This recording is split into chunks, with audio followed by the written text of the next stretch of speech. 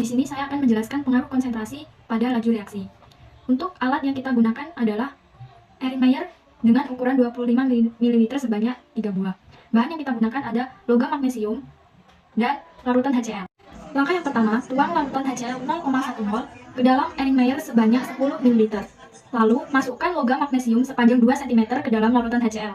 Catat waktu bereaksi sampai gelembung habis dan amati perubahan yang terjadi.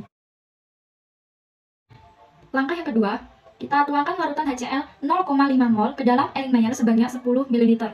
Lalu, masukkan logam magnesium sepanjang 2 cm ke dalam larutan HCl.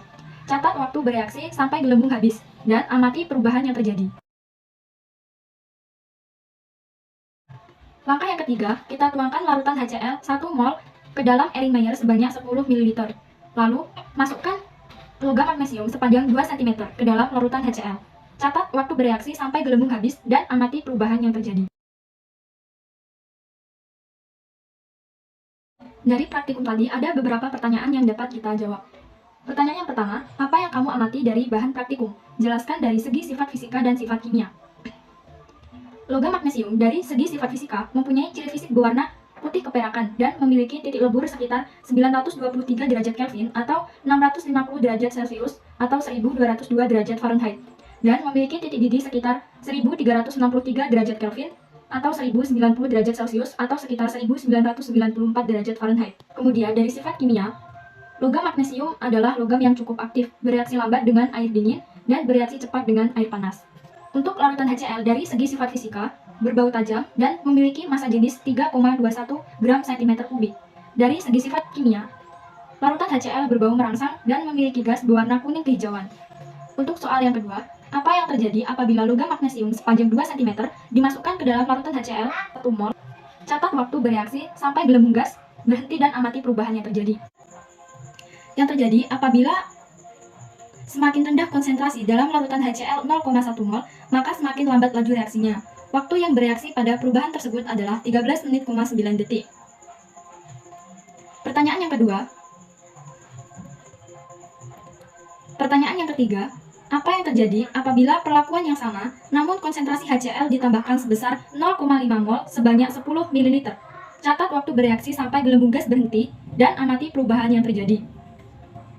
Dalam waktu 9 menit, 31 detik, reaksi yang terjadi dari HCl yang ditambahkan sebesar 0,5 mol sebanyak 10 ml dan dimasukkan logam magnesium sepanjang 2 cm, pengaruh konsentrasi laju reaksinya tidak lambat dan tidak cepat atau sedang. Pertanyaan yang keempat, apa yang terjadi apabila perlakuan yang sama, namun konsentrasi HCl ditambahkan sebesar 1 mol sebanyak 10 ml? Catat waktu bereaksi sampai gelembung gas berhenti dan amati perubahan yang terjadi.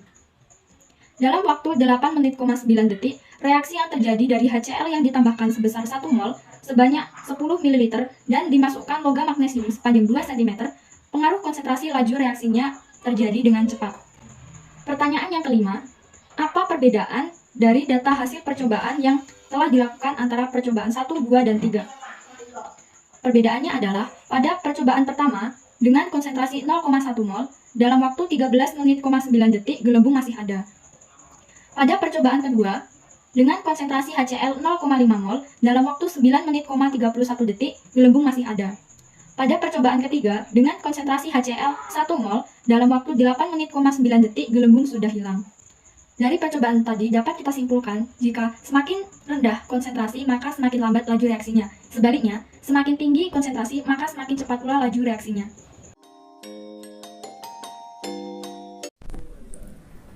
Assalamualaikum warahmatullahi wabarakatuh. Perkenalkan, nama saya Monika Selsi. Di sini saya akan menjelaskan langkah-langkah percobaan pada praktikum tentang pengaruh luas permukaan pada laju reaksi. Di sini ada dua cara melarutkan zat CaCO3 dalam bentuk serbuk dan butiran. Pada percobaan pertama, dalam berbentuk serbuk. Pertama-tama, siapkan CaCO3 dalam bentuk serbuk sebanyak 1 gram. Yang kedua, siapkan HCl 2 molaritas sebanyak 10 ml. Yang ketiga, masukkan serbuk CaCO3 ke dalam tabung reaksi. Yang keempat, masukkan larutan HCl 2 molaritas sebanyak 10 ml. Aduk hingga reaksi tersebut dapat melarutkan zat pelarut yang ada dalam bentuk serbuk. pada percobaan kedua dalam bentuk butiran. Pertama-tama, siapkan CaCO3 dalam bentuk butiran sebanyak 1 gram. Yang kedua, siapkan HCl 2 molaritas sebanyak 10 ml.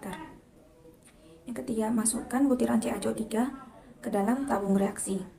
Yang keempat, masukkan larutan HCl 2 molaritas sebanyak 10 ml. Yang kelima, aduk hingga reaksi tersebut dapat melarutkan zat pelarut yang ada dalam bentuk butiran. Dari kedua percobaan tersebut, kita dapat menjawab pertanyaan-pertanyaannya. 1. Apa yang kamu amati dari bahan praktikum? Jelaskan sifat, fisika, dan kimianya. Pada larutan 10 ml HCl 2 molaritas, CaCO3 serbuk lebih cepat larut dalam waktu 2 menit, sedangkan CaCO3 butiran tidak dapat berlarut dalam waktu 3 menit 30 detik. Yang kedua, apa yang terjadi apabila CaCO3 yang berbentuk serbuk sebanyak 1 gram dimasukkan ke dalam larutan 10 ml HCl 2 molaritas?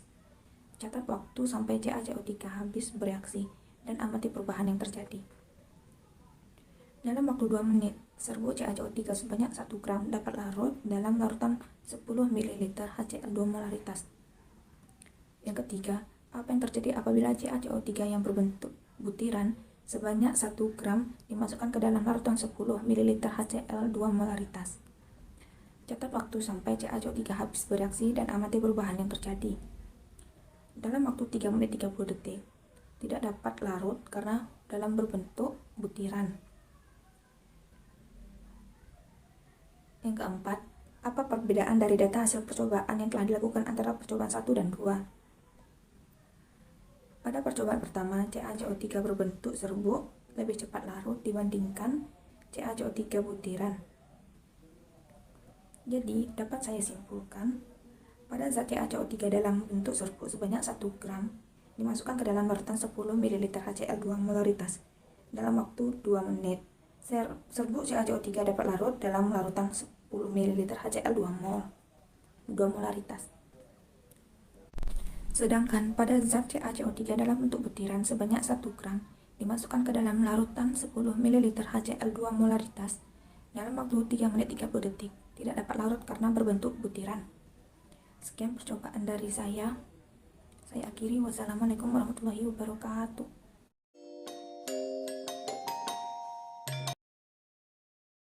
Alat dan bahan: 1. Pemanas. 2. Termometer. 3. Gelas kimia 50 ml 3 buah. 4. Kertas putih yang diberi tanda silang. 5. Larutan HCl 2 ml 2M. 6. Larutan Na2S2O3.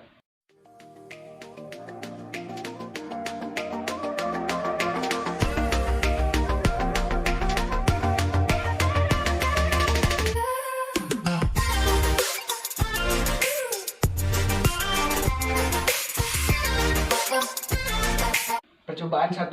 Tidak dibakar. Suhu Na2S2O3 yaitu 25 derajat. Waktu yang diperlukan agar tanda X hilang saat dicampur HCl yaitu 9 detik. Percobaan kedua, dibakar. Suhu Na2S2O3 yaitu 35 derajat. Waktu yang diperlukan agar tanda X hilang saat dicampur HCl yaitu 4 detik. Percobaan ketiga, dibakar. Suhu Na2S2O3 sama dengan 45 derajat. Waktu yang diperlukan agar tanda X hilang saat dicampur HCl yaitu 3 detik. Teori tumbukan adalah pertemuan partikel-partikel bereaksi sebagai suatu tumbukan. Tumbukan yang menghasilkan partikel-partikel produk reaksi disebut tumbukan efektif. Faktor-faktor yang menentukan tumbukan efektif yaitu energi kinetik, partikel atau molekul, dan orientasi atau arah partikel. Agar reaksi kimia dapat terjadi, reaktan harus bertumbukan. Tumbukan ini memindahkan energi kinetik atau energi gerak dari satu molekul ke molekul lainnya, sehingga masing-masing molekul teraktifkan. Pengaruh suhu terhadap laju reaksi. Suhu adalah ukuran energi kinetik rata-rata dari molekul tersebut. Menaikkan suhu akan meningkatkan energi kinetik yang ada untuk memutuskan ikatan-ikatan ketika tumbukan. Kenaikan suhu dapat meningkatkan jumlah tumbukan antar molekul. Menaikkan suhu menyebabkan molekul bergerak dengan lebih cepat, sehingga terdapat peningkatan kesempatan bagi molekul untuk saling bertumbukan dan bereaksi. Baiklah, saya di sini akan menjelaskan tentang pengaruh katalis terhadap laju reaksi dari percobaan yang telah saya lakukan. Katalis adalah suatu zat yang berfungsi mempercepat terjadinya reaksi, tetapi pada akhirnya reaksi dapat diperoleh kembali. Alat dan bahan yang kita perlukan untuk percobaan adalah: yang pertama, gelas kimia 100 ml sebanyak 3 buah, pipet tetes sebanyak 3 buah, larutan H2O2 3%, larutan NaCl dengan konsentrasi 0,1 molar, dan larutan FeCl3 dengan konsentrasi 0,1 molar. Adapun langkah-langkah percobaan yang akan kita lakukan adalah: yang pertama, siapkan alat dan bahan. Langkah yang kedua, tuangkan masing-masing 50 ml larutan H2O2 3% ke dalam 3 gelas kimia.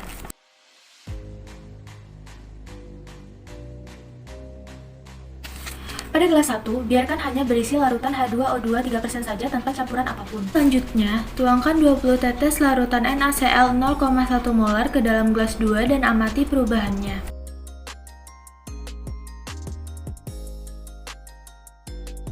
Pada gelas ketiga, tuangkan larutan FeCl3 0,1 molar sebanyak 20 tetes, kemudian amati perubahannya. Langkah selanjutnya, amati dan bandingkan hasil reaksi dari gelas 1, 2, dan 3.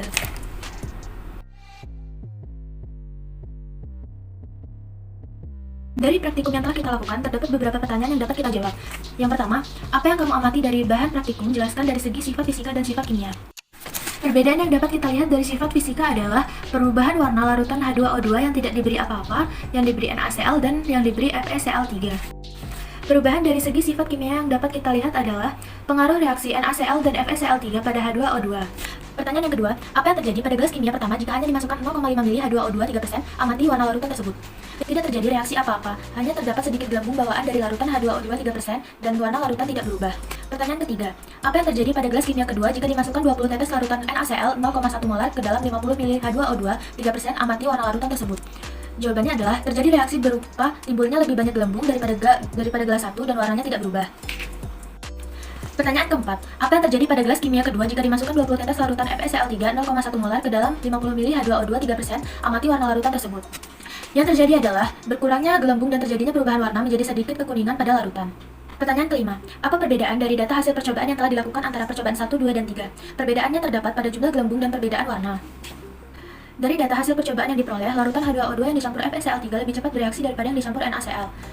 Hal ini dapat menunjukkan bahwa penambahan katalis dapat mempercepat laju reaksi. Fungsi katalis adalah menurunkan energi aktivasi, sehingga jika ditambahkan ke dalam suatu reaksi akan lebih mudah terjadi.